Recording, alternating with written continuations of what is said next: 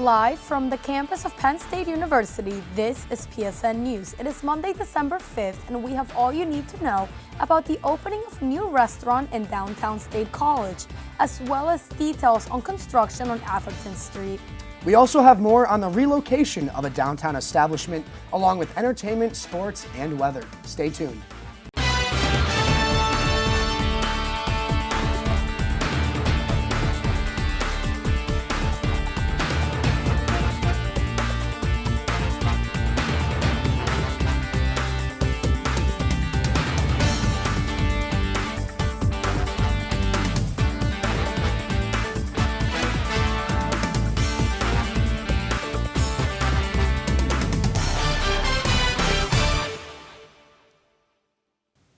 Thanks for joining us tonight. I'm Paloma Freundt. And I'm Brendan Conroy.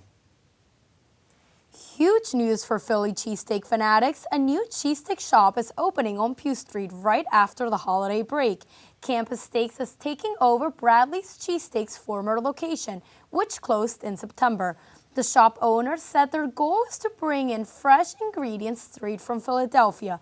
Advertisements state that the shop plans to open late and even offer free delivery to campus and throughout State College. A downtown State College Starbucks announced it will be moving to a new location. The popular coffee shop looks to be relocating from its current spot at the corner of Gardner Street and Calder Way to the Pew Center. Located on the corner of Pew Street and Beaver Avenue, the center opened in August of 2020, replacing a CVS pharmacy. This new location will be in addition to the on-campus stores in both the Hub Robeson Center and the Paterno Library, as well as the location on West College Avenue. No official opening date has been set yet, but residents of State College can look forward to this new change. Motorists will be getting a break from construction on Atherton Street in State College for the next few months. Construction is shutting down for the winter season and plans to resume in the spring. The Pennsylvania Department of Transportation reports that the sewer line replacement has finished for 2022, and the overall $30 million project is expected to conclude in the fall of 2024. This will include roadway reconstruction, drainage improvement, concrete curbing, sidewalks, and detectable warning surfaces, and more. The Center County CATA commute is teaming up with Enterprise as it looks to improve its services. This collaboration has plans to expand its van pool program for students either inside or outside of State College who have jobs in the State College area. In this new system, people are paired in groups of 4 and are then given a representative to work out further details. Commute with Enterprise will provide a 7 to 15 passenger vehicle, insurance, and maintenance for the program as well. Participants can choose a qualifying vehicle to ride in, which includes crossovers, SUV minivans, and large passenger vans. This program is partially subsidized by CATA and state and federal grants. Students will pay a fee per month, and if interested, they can visit www.catabus.com. It's the last week of classes, and December weather is in full swing. What temperatures can Penn State students expect to see on campus this week? David Guerrero with Campus Weather Service has more details in today's weather report. Take a look.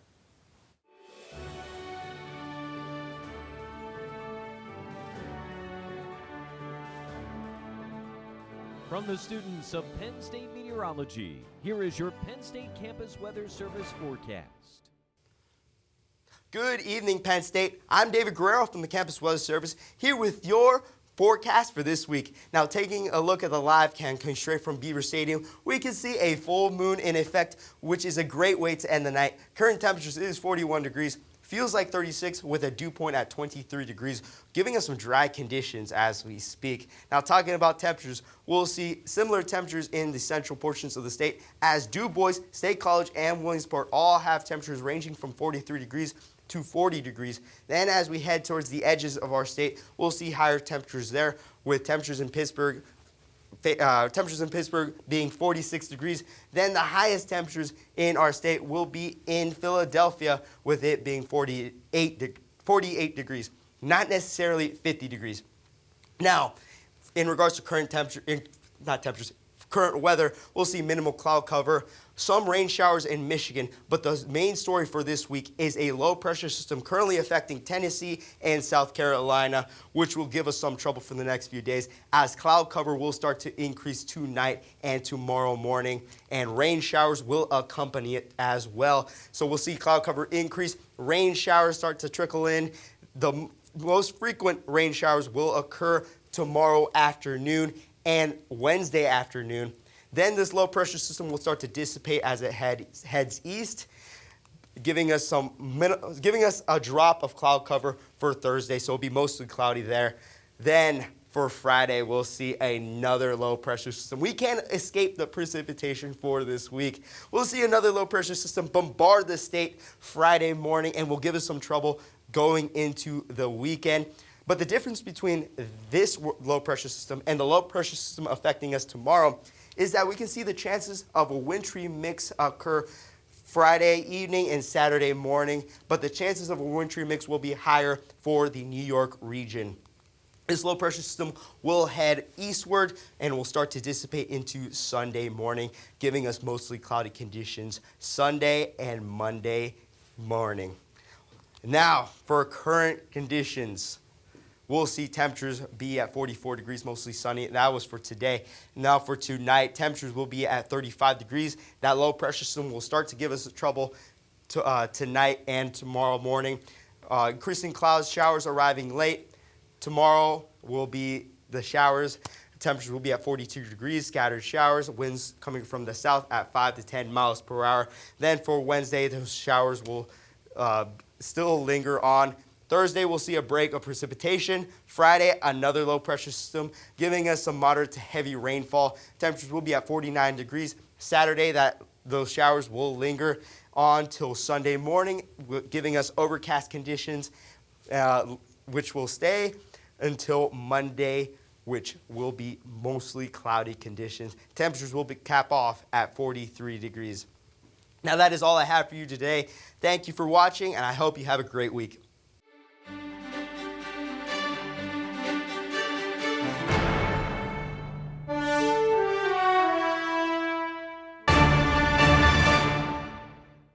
Welcome back to PSN News. I'm Juliana Tordo with your sports update.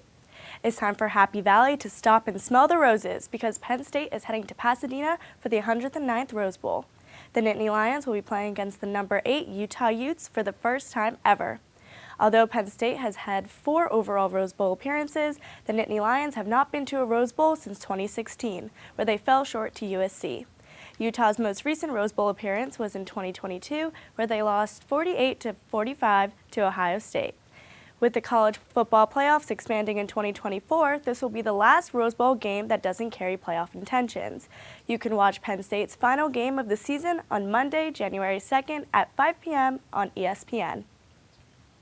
This past weekend, Penn State men's hockey held their whiteout game against 17th-ranked Ohio State. Penn State and Ohio State split, with Penn State winning the first game 2-1 and Ohio State winning the following day 4-3. In the first game, Penn State won with goals from McNern and Dowd Jr.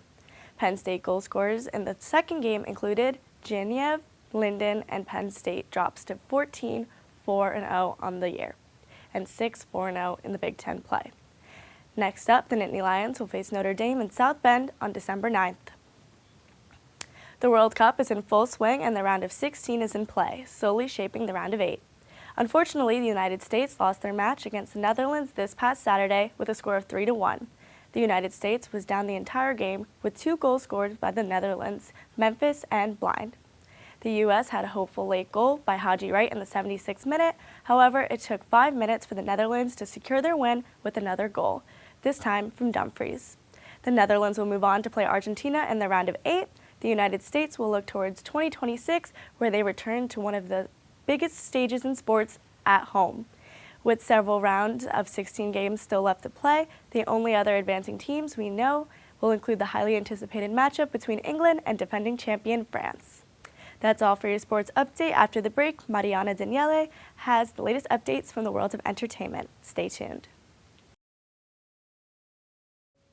Welcome back to PSN News. I'm Mariana Dinelli with your entertainment update. The Performing Arts School of Central Pennsylvania and Nittany Ballet is bringing the tradition of the Nutcracker to State College. These performances will be held at University Park's Eisenhower Auditorium this upcoming weekend on Saturday, December 10th and Sunday, December 11th. The show will take place from 7:30 to 9 p.m. on Saturday and 2 to 3:30 p.m. on Sunday. Doors will be opening a half hour before the performances begin, and ticket prices range from $12.50 to $30 and can be bought on Ticketmaster or through the Performing Arts School of Central Pennsylvania's website. For more information about tickets and upcoming performances, visit cpa.psu.edu. Glide into the holiday spirit with the whole family this Sunday, December 11th. The Nittany Valley Figure Skating Club will be hosting the 2022 Happy Holidays Ice Show. Come ice skate with the family or watch the talented figure skaters' special holiday performances. Attendees can also expect to enjoy Christmas music, refreshments, and more. This event will take place at the Bagula Ice Arena from 1 to 3 p.m. Tickets can be purchased in advance online or with cash at the door upon arrival. All tickets will be $5 and children 5 and under can participate for free. This past Saturday Night Live episode was one for the books, as host Keke Palmer and musical guest star SZA shared some fun surprises with fans about upcoming music and more. Former child star, singer, and award-winning actress Keke Palmer announced in her opening monologue that she is expecting her first child with boyfriend Darius Jackson. Palmer is still hitting strides in her acting career as well, as she is reported to star in the upcoming comedy film Moxie. SZA also made her return to Saturday Night Live since her first appearance in 2017, performing her newest single, Shirt, and debuting a new song called Blind. SZA closed her performance with the exciting announcement that her second studio album, SOS, will come out this Friday, December 9th. That's all for your entertainment update. After the break, interview anchor Danielle Dempsey will be speaking to Kelsey Lauer, a student entrepreneur, about her candle company, Clove and Sprig. Stay tuned. Hello and welcome back to PSN News. I'm Danielle Dempsey. With me tonight, I have student entrepreneur Kelsey Lauer, the founder of candle company Clove and Sprig. Thank you so much for coming in tonight. Yeah, thank you for having me. Of course. So what is the mission of your candle company, Clove and Sprig? So I'd like to say I can tell you all of these fancy schmancy things, but what it really boils down to is making a product that smells great, looks great, and makes people feel great when they use it. Yeah, Yeah. as simple as that. Yeah. That's the best mission statement I've ever heard, really right to the point. So what are some of the different candle scents that you have? So for winter, we have a chestnut spice, which is actually a custom scent. I have a peppermint mocha. I have a woodland snow, which is what I like to call like a cashmere Christmas type scent. I have a Fraser fir. Nice. And Smoky Mountains, which has been the top seller for fall and winter. Oh, wow. And lastly, a gingerbread. Those are so cute. So many options. Yeah. So perfect for anyone who has like different favorite scents. Speaking of favorite scents, which one is your personal favorite? I'd have to say that Smoky Mountains is definitely my favorite scent. It has been, it's also a custom scent, so it's been a journey creating it. And I really wanted to do one that kind of captured the scent of camping and everything like that, because it's such a masculine scent, but it's also one that I think everyone can appreciate and kind of really enjoy. So yeah, that one's my favorite. Yeah, that's incredible. And I think it's awesome that they're all soy candles because they're a lot less toxic to breathe in, just better for the environment, better for consumers, just all around way better. So where can your candles be purchased? So now I have my own website, so it's www.cloveandsprig, and I'm also in 5 brick and mortar locations. So I'm in Tate Farm Foods, I'm in Bell Mercantile in Bellefonte, I'm in My Cafe Buzz in Bellefonte, and I'm also in Rumors Salon in York, PA. Oh, wow. And yeah. Yeah, and you said York is your hometown, right? Yeah, that's where it started, yeah. So it's really cool that you have your candle business in places from school and places from home. That's so incredible. So what was the inspiration for you to start up your company? So I actually started this as a class project in Engineering 310 while working for my entrepreneurship and innovation minor.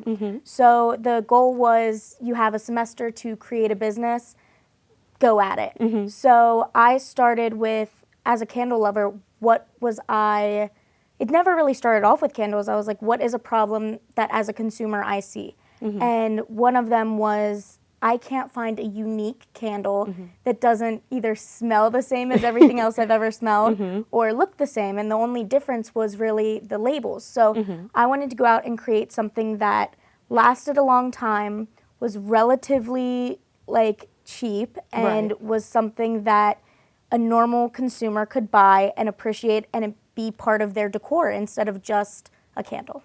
That's awesome. And it's incredible that you took something from a class and turned it into this full-blown business. When I was doing research on Clove and Sprig, I also found out that you were involved with Happy Valley Launchbox. Yeah. I was wondering if you could explain what that is. Yeah, so Happy Valley Launchbox is a facility downtown, and it is a facility that kind of helps local entrepreneurs and provides them with guidance and funding and kind of overall the support that a new venture needs to expand and accelerate. Yeah, that's such a great resource that Penn State and Happy Valley has for the students who are already tackling a lot of things at once.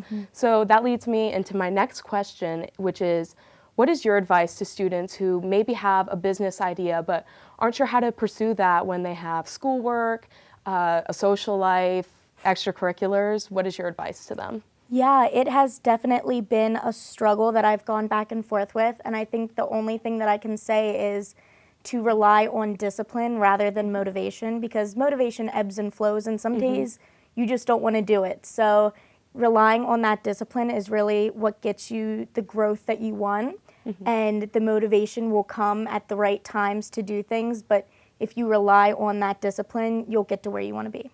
Wow, that's great advice. I'm going to carry that into my regular life, even though I don't have a business. So thank you so much for coming in tonight and talking about your business ventures, and I wish you all the success, and your company is amazing. Thank you so much. Up next, Paloma and Brendan will bring you the latest news from across the nation. Stay tuned. Families and victims of the Uvalde school shooting have filed a $27 billion lawsuit against local and state police, the city, and other school and law enforcement officials. The lawsuit was filed in federal court in Austin on Tuesday. The suit claims that officials failed to follow active school shooter protocol when they waited more than an hour to confront the attacker inside a fourth grade classroom. The case is seeking class action status and damages for survivors who have reportedly sustained emotional and psychological damages as a result of the defendant's conduct on that date. Some of those who filed the lawsuit include school staff and representatives of the minors who were present at Robb Elementary on the day of the deadliest school shooting in the U.S. in nearly a decade. Conspiracy theorist Alex Jones continues to face financial problems as he has now filed for bankruptcy. Jones was ordered to pay $1.5 billion for spreading lies about the 2012 Sandy Hook mass shooting. That attack resulted in the death of 20 students and 6 staff members.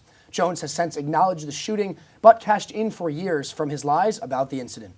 Jones also has to pay a victim's family over $45 million in punitive damages, which will force Jones to lose a large majority of his assets.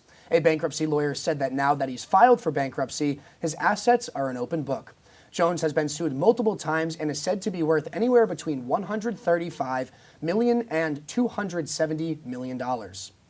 Jim Piazza, the father of Timothy Piazza, a Penn State student who lost his life in a hazing incident back in 2017, visited University Park last week. PSN's very own field reporter Olivia Osneimer got the chance to sit down with Mr. Piazza to learn more about his story. Take a look. What happened to Tim Piazza here at Penn State? They immediately hit him with a handle of vodka. He was unconscious. He was vomiting. There was a lot of denial. There was a lot of cover-ups. Who still needs to be charged? The president and vice president / pledge master that still have to go to trial. There's got to be teeth in this anti-hazing movement. Your son's death, in a way, was a wake-up call. To use the platform that, unfortunately, we were given report it. They can call me, and I'll take care of it from there. It only takes one person in your organization to bring the whole thing down. If you see this and you're doing it, I'm asking you to stop it now. Just stop, because you could ruin your life. Let's talk about the foundation that you started in Tim's name. Yeah, I know Tim would love the fact that we're doing it. He looks like anybody else's kid. You know, could have happened to anybody. Well, I want people to remember Tim as a big, fun-loving guy that had a huge heart. Let's take care of each other. Let's just take care of each other. And that's what I hope his legacy will be. To watch the entire interview, visit our YouTube channel at youtube.com/PSN News. Railroad workers continue to worry about making difficult trade-offs due to little time off, especially after Congress voted this week to impose a contract on them to avoid the economic disaster that would accompany a railroad strike workers. And their unions are saying the deal didn't do enough to address their quality of life concerns and didn't add any sick days. On Friday, President Joe Biden signed a bill to block a strike and force workers to accept the agreements union leaders made in September, although 4 of the 12 unions, which include a majority of railroad workers, rejected them at the time. The Biden administration is asking the Supreme Court to put a hold on a judge's ruling of a case which found the student debt plan unlawful. The ruling by District Judge Mark Pittman found that the administration overstepped its authority in their attempted loan relief plan. This debt forgiveness would cost taxpayers around $400 billion. The Texas-based judge declared Biden's plan irrelevant after stating the program was, quote, one of the largest exercises of legislative power without congressional authority in the history of the United States, end quote. The plan was justified by the administration based on the economic harms created by COVID-19 and the rising debt in the country. More than 26 million borrowers applied to the loan relief, and 16 million applications will be approved for discharge if approved by the courts. The Supreme Court has until no later than June 30th to decide the case. That concludes our show tonight at PSN News. Be sure to check us out on Twitter and Facebook at PSN News, on Instagram at Penn State Network News, and to subscribe to our YouTube channel at youtube.com/PSN News. Have a good day and stay safe, Penn State.